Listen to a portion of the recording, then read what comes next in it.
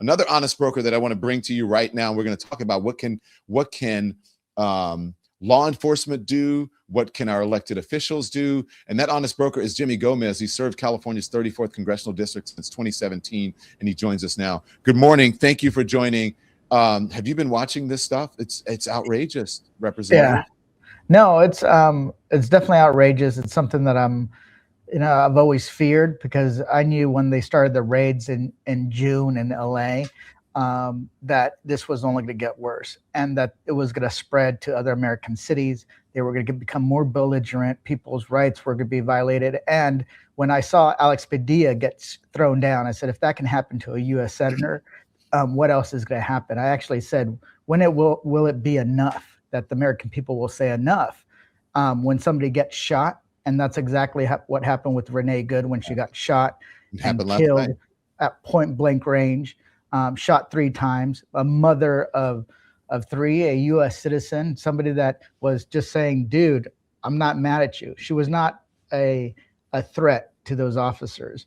And then the other day that right afterwards, 2 other people got shot. So this is what Trump wants. He wants to create chaos. He wants to create fear, and he wants to bully people into compliance.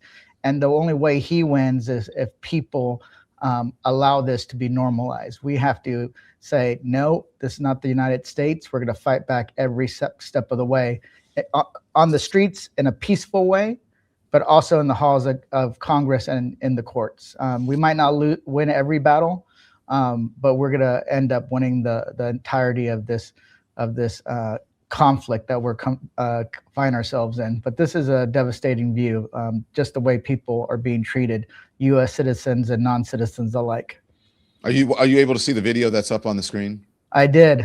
Yeah. And this woman is apparently a U.S. citizen. She was reportedly disabled on her way to a doctor's appointment. They ripped her out of her car. They cut her seatbelt, took her in, dragged her, and then took her into custody, and then drove her car. I'm not sure exactly what they did with it. And there's so many stories that are like this. I'm gonna get to the whole, what should we be doing and what have you. Yeah. But since you're from California, did you see the young man? I think he's like 21 years old. He is permanently blinded now. I did. And has had lacerations to the head. This is the video right here. They dragged him by his hoodie, and now he's blinded. He will not see again, all because he's protesting, and they don't like it. Yeah, no, it's disgusting. A lot of these folks think that they're immune, that they're above the law, and what I've said is, no, you're not above the law. We will hold you accountable if you have violated people's rights, you have injured somebody, you have murdered somebody, you have broken the rules that you are supposed to abide by. We will eventually hold you accountable. You might think you're safe because of Donald Trump, but he will be out of office one day, or either through election or a different way. He will be out of office. So that's we know that. So if people think that they're going to get away with this, they're dead wrong. So then what can people do, Representative? Because I have been saying, send in the National Guard, Governor Walz. Like, why won't he send in the National Guard and stop this? Declare a state of emergency, because this is when Renee Good was killed. Sadly, I said, this is going to get worse. They're going to become emboldened because they are impeding an investigation. It appears that they are covering it up. This woman did not have to die. By all accounts, you can look at the video. She was not trying to run over the man. She was turning away from him. And if you actually look at the analysis, he wasn't standing in front of the car. Where the shots were fired were from the side. They are not investigating him. They have raised over $600,000 for a GoFundMe for him. So it's time. Is it time to call in the National Guard to stop these ICE goons from terrorizing the people of Minnesota? I think one of the things about calling on the National Guard is that Donald Trump can then federalize them. So quickly they can be under his command, turned against your own people. I think what needs to be done is that what you're seeing across the country in some jurisdictions is where local police are being put out to contain the situation. I think that they're trying to do that in Minneapolis. They're doing that in some small cities in LA County. That will help prevent this from escalating. But calling out the National Guard, he could just in his own right all of a sudden federalize them, and they're already there. So that is also a dangerous situation. right? And what he's trying to do, in my opinion, is to normalize the use of the National Guard and the Marines for domestic law enforcement purposes, so that when he declares there is a insurrection or a stolen election, he can send them in, and he hopes the American people won't push back or fight back.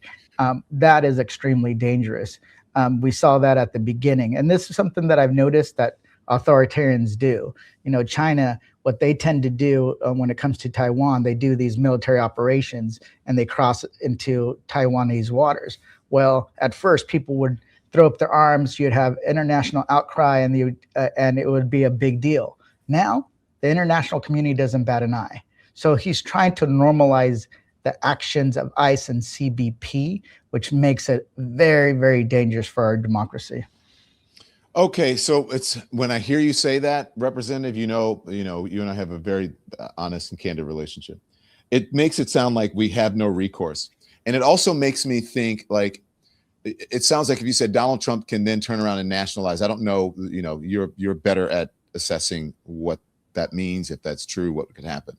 Yeah. But it sounds to me like this is a tyrannical government was what the Second Amendment was about. So is it only in the hands of the people to decide what happens next? If the people don't want this, do they have to rise up against their own government right now? I hate to ask that, but that's what it sounds like. We have to understand the true threat Donald Trump is to not only our own physical well-being, but also our democracy as a whole. He's operating outside the bounds of the law. We've said this for months now, and he's becoming more and more belligerent.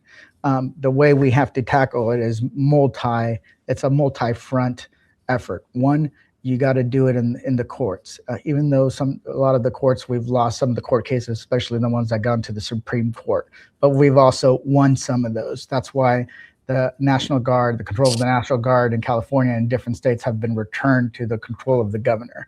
So you have to fight them in the courts. We did that also with when I wasn't allowed in to an ICE detention center. The public law states that I should not be denied entry and I could do spot inspections, unannounced visits. Well, we won that case. Now they're trying to say that doesn't apply anymore because of the new $1 billion bill with that new ICE and CBC ICE slush fund that's in there. So we're going to keep pushing on, like through the courts, through legislation, trying to prohibit the use of funding, and then also in the streets. I'm a firm believer in nonviolent civil disobedience. I've been telling people we have to be trained in nonviolent civil disobedience. So when things happen, the American people can see who the true perpetrators are, who are violating the rights of individuals. All those actions together are working. When you have Joe Rogan basically say that Trump has created a Gestapo that's asking for people's papers, even if they're citizens or not, that means the message is getting out. So we have to keep doing it over and over and over again. And it's not going to be one fell swoop, but we're chipping away. And that's why also the midterms are so important. If we get the power of the purse, we can actually put language in that prevents them from using CBP and ICE in the interior of the country, in cities themselves. So that's good. That's the battle. But this is not going to be easy. That's why people are rising up. People are putting their bodies on the line. And this administration has weaponized the DOJ, right?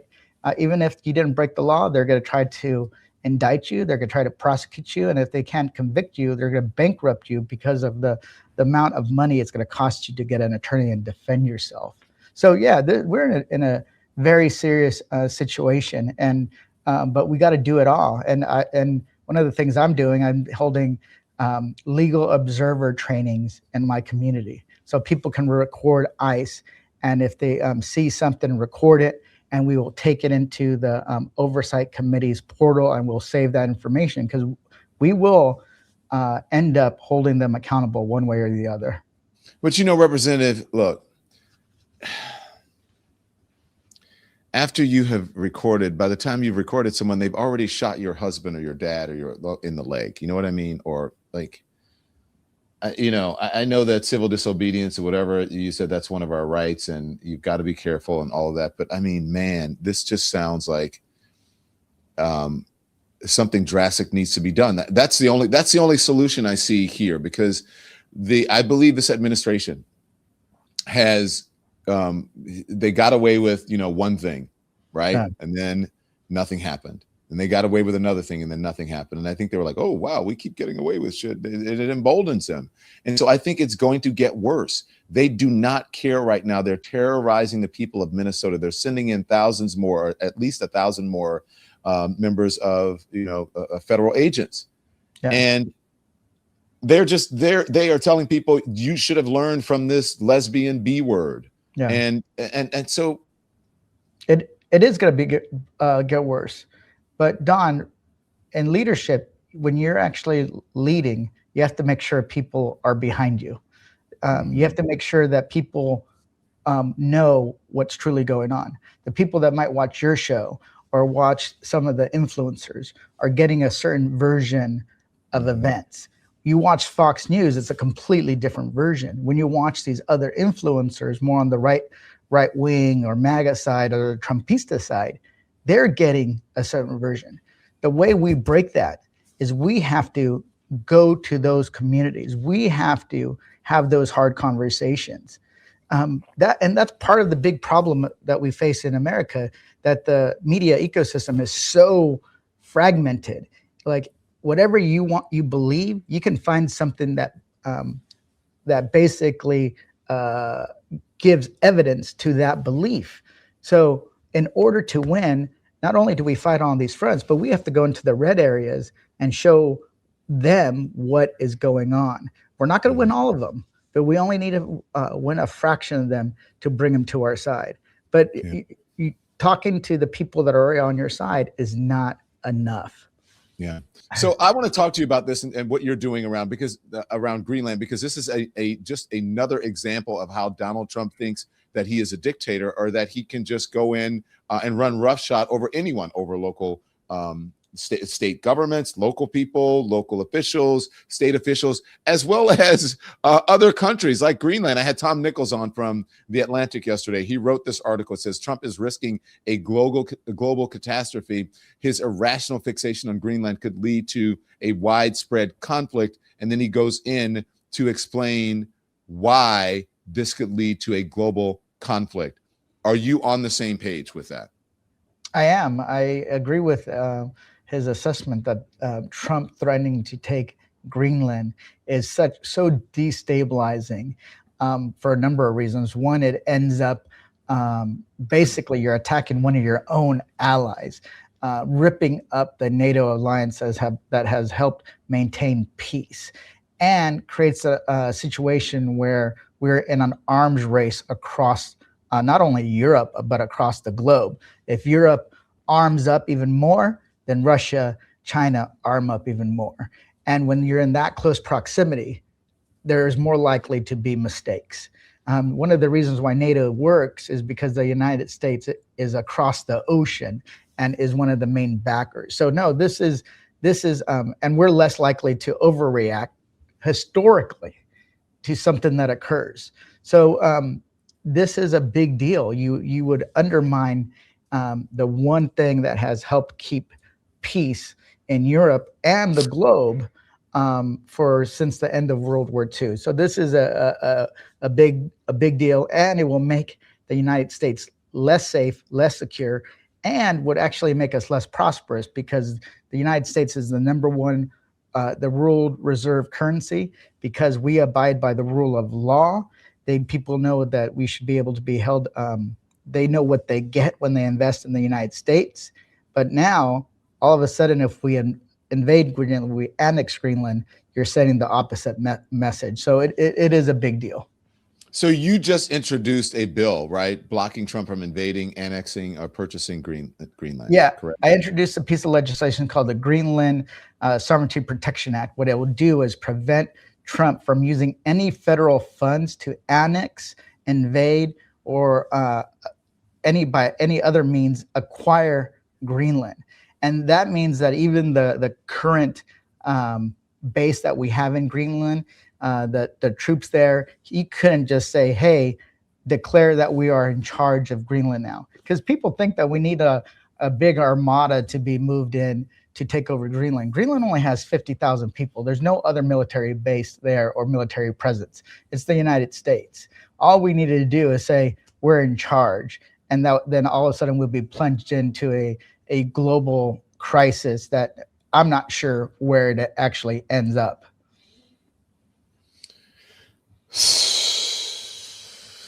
Do you think that'll work? If we can get it in, yes. That's how we're able to. They will try to work around it. They'll try to do anything else they can, but I think it will work because it will be upheld in the courts. If he actually ends up going around that and denying that that's the case, and I think the case to try to remove them grows even more. But we would be in a crisis of historical proportion. So it will be bad. But I think it's the best shot we actually have at the moment. It seems like you have Republicans on your side. Yeah, because they know that NATO has played such an important role in the security of the United States. And then when all of a sudden you're attacking one of your allies, it's insane. You basically ruin any kind of credibility that your country has. So they understand how important it is.